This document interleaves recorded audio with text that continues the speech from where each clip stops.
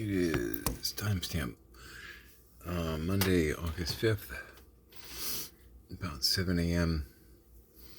We were supposed to work tonight, or last night, or whatever you want to call it, this morning. And we got called off because Debbie, apparently, our boss can't even get out of her neighborhood because the roads are flooded. Well, Kelly's currently sick, has whatever Alex had. Alex is feeling better, so that's good. But now Kelly's sick, and I'm trying to nurse her back to health and also not get sick myself, because I know once before I said, pneumonia can kill me. I wanted to clarify that. That was, I don't even know how long ago. I know pneumonia can kill anybody. I'm aware of that. But with the whole emphysema lung condition thing, apparently I'm more susceptible to those kind of things. It can make me spiral faster and or kill me with greater ease than other people.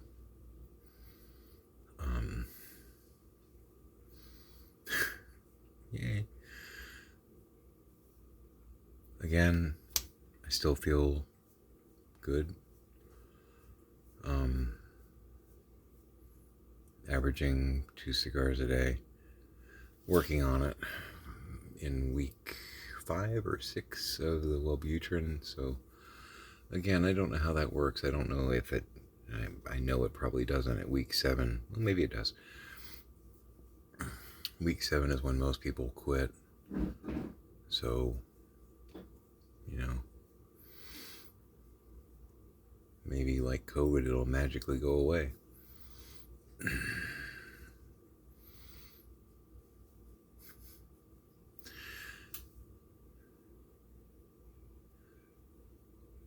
So Harris is about to announce who her vice president will be. Bunch of really good contenders there. Mark Kelly's a good choice. Tim Walz, I didn't really know much about him. I saw some interviews with him today, though. Like him. Josh Shapiro from my home state, PA. He's got a pretty solid track record. Pete Buttigieg. I can't think of a bad thing to say about him, with the exception that, frankly, I'd like to see him as president. Someday at least. I haven't seen someone that articulate and smart in office in years, maybe decades. He is mind-blowingly cunning. But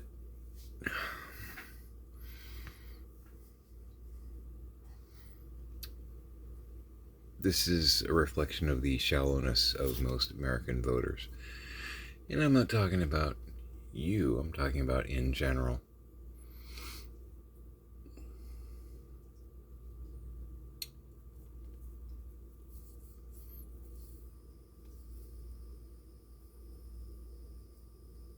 I still remember an exchange. I'm going to rabbit trail for a second here.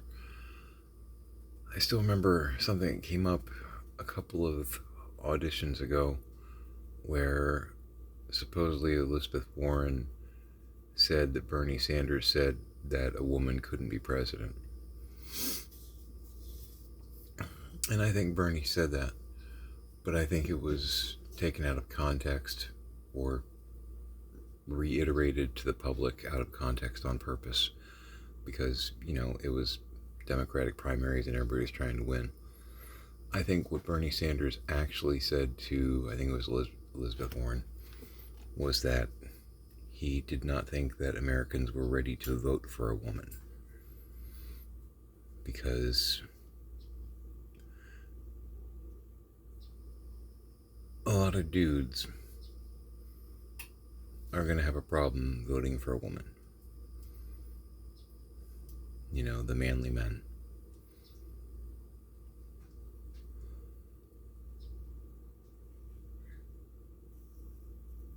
So here's my thought regarding a Harris Buttigieg ticket.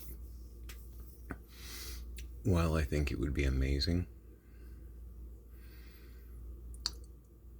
and I don't think it's a problem with, your really hardcore libs. But I do think if you're trying to reach, honestly, even some independents, but some Republicans too, you're going to have a hard time selling a ticket with a woman and a gay man. And please understand, that is not my viewpoint. What I'm saying is a lot of the ones that like to consider themselves alpha male types, the typically insecure man-childs, that's a hard ticket to push right now.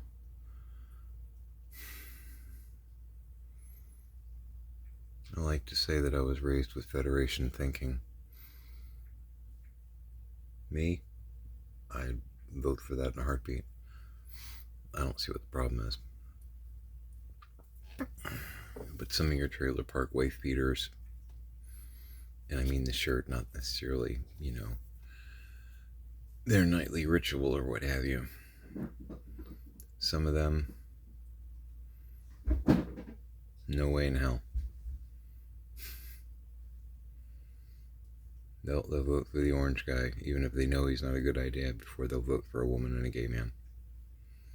Not going to happen. So, from an electability standpoint, and hey, maybe there's enough libs and or people with practical thinking, a head on their shoulders. Maybe there's enough to carry it. But I think it's a dangerous ticket to try and sell. And that's just because people, man.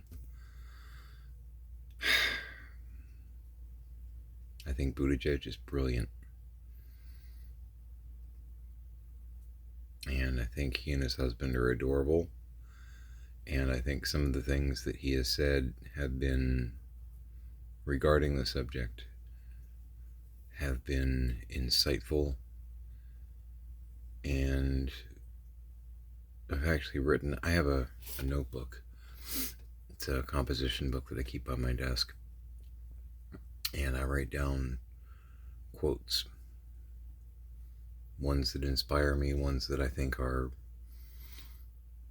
eloquent, brilliantly said, written, what have you. I've got a few in that notebook that came from him. I remember he was being interviewed by Colbert.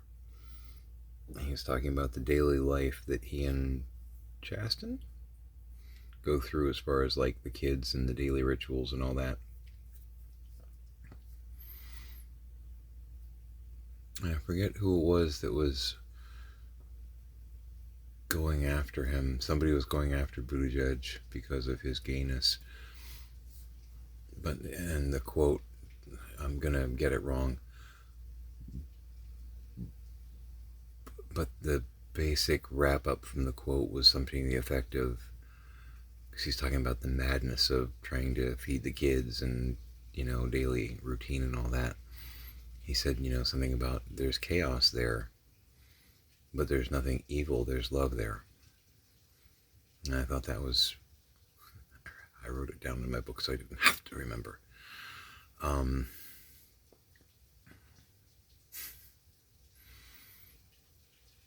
But I don't think we're not there yet. We're not there. I don't think we're where we could sell a ticket with a woman and someone from the Rainbow Coalition. I don't think that's. I think that's a hard sell. It shouldn't be. It shouldn't be. It's like, and I want to preempt this by saying I'm not coming out. I am actually straight. I know I've played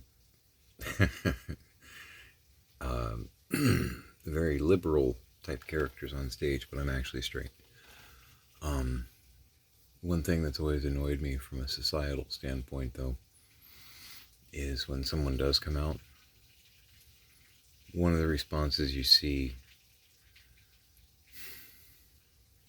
when I say someone come out, I mean someone like in the media, someone in the public spotlight. When you see someone come out, the typical response that I always seem to see is, "That was really brave of them."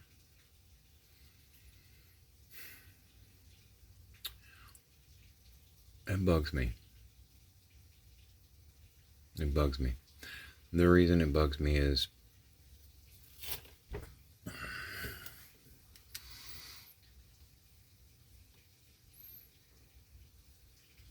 it shouldn't be an act of bravery to acknowledge publicly and be comfortable with the idea of who you are.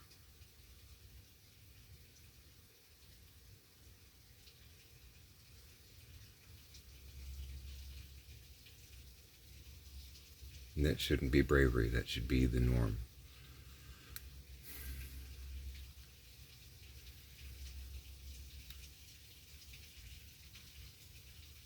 Hilary Swank, I think it was when she was accepting the Oscar for Boys Don't Cry, and hopefully I don't butcher this quote either, you can look it up. I might actually get it right though. I wrote this one down too. She said, "I look forward to the day when we not only accept each other's differences, but celebrate them."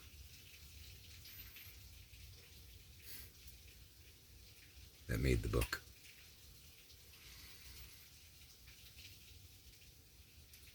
We're not there yet. I wish we were. We're not there yet. It's going to be a little while yet. I got high hopes. And hopefully I'll be watching from heaven, because it might be a while. But I got high hopes for like Gen Z and the millennials, because I have a feeling on average the ones who haven't been contaminated, but I think on average most of them have more of the Federation thinking that I'm talking about. They seem to be, and I'm guessing it's just because of the culture that they've grown up in, but it makes me happy.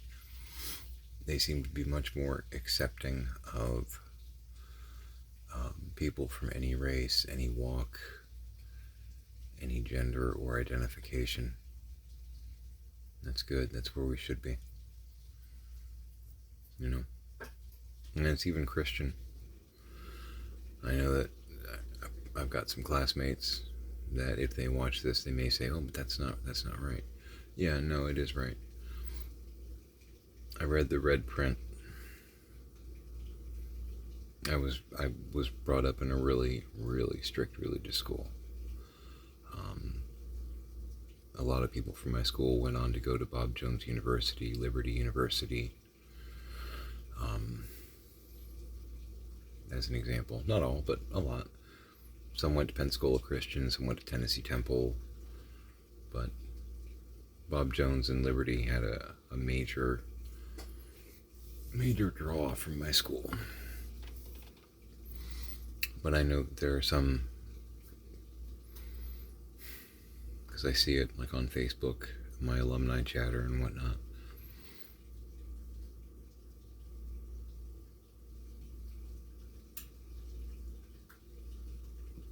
Kind of the gist. You never get them to actually say it, but they go around the words to where it seems like they hate gay people.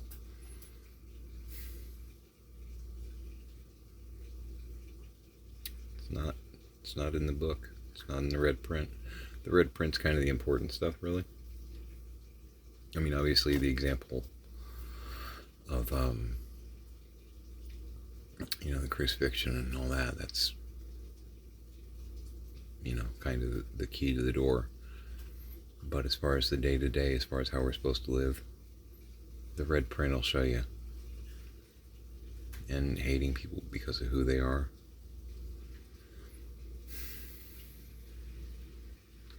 He never said that once. He did ridicule, rebuke the scribes and Pharisees. He did go after them. But, they were in it for their own glory and or were hypocrites. So, gotta ask yourself, where do I fit in?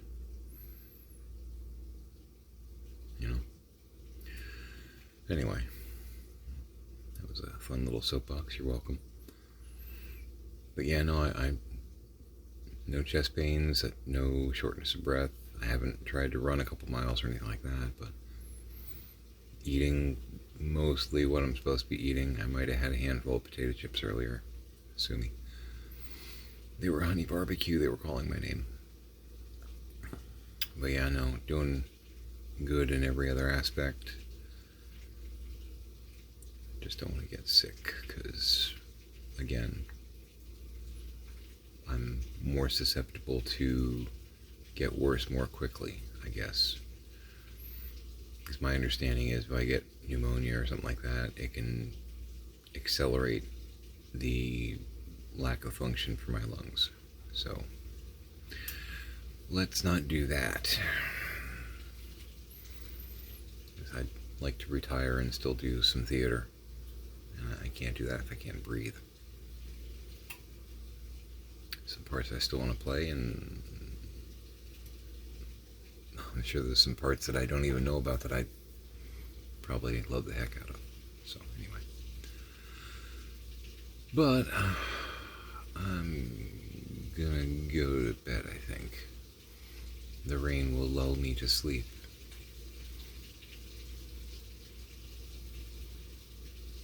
Yeah. Hillsborough County, it's been like raining 3 hours, lets up for 5 minutes. Rains 3 more hours, lets up for 5 minutes. Just non-stop. But could be worse. Rather not deal with a, like Cat 3 hurricane or something like that. Not today. Please and thank you. Alright. I'm going to sign off.